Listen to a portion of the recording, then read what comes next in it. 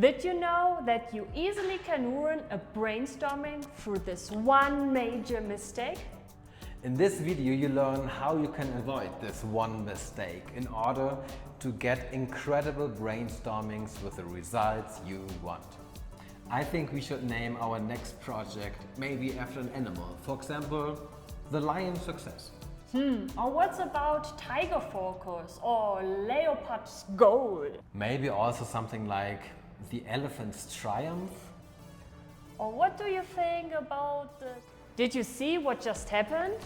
After the first person pitched in the first idea, the second person came up with a slightly similar one. Why? Because you get biased. We call it the brainstorm bias. We cannot not take into consideration what the other person has said. Or cannot think about the blue elephant while I'm saying blue elephant? See, there you have it.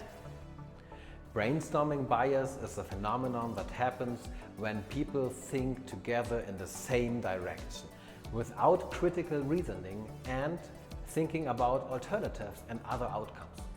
So what are the fundamentals of successful brainstorming? We are the Schnells. Schnells, and we facilitate brainstorming sessions since over 10 years now.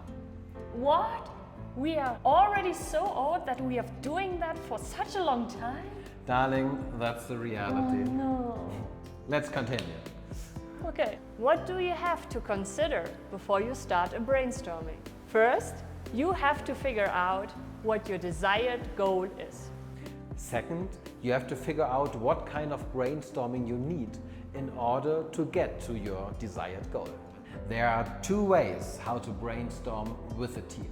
One way is to brainstorm all together in order to get in the same direction, as we did in the beginning of the video. Here you intentionally or unintentionally do group thinking. This is the one-phase brainstorming. It is highly important to set the stage, decide which idea should lead the way, and open the brainstorming accordingly.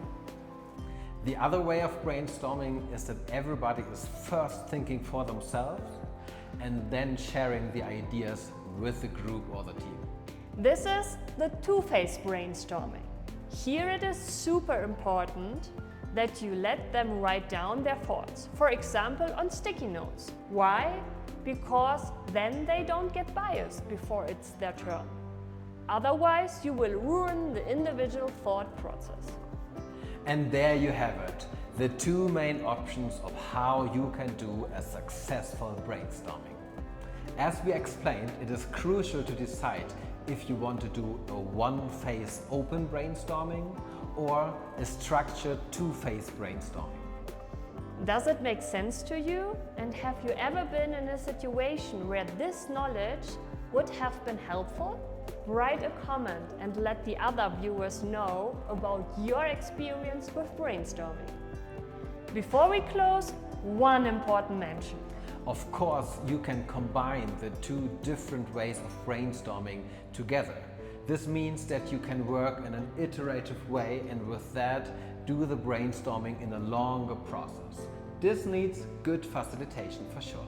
Did you like the video? Show us by leaving a like. And from now on, always differentiate between these two different ways of brainstorming. It will change the way you brainstorm for sure.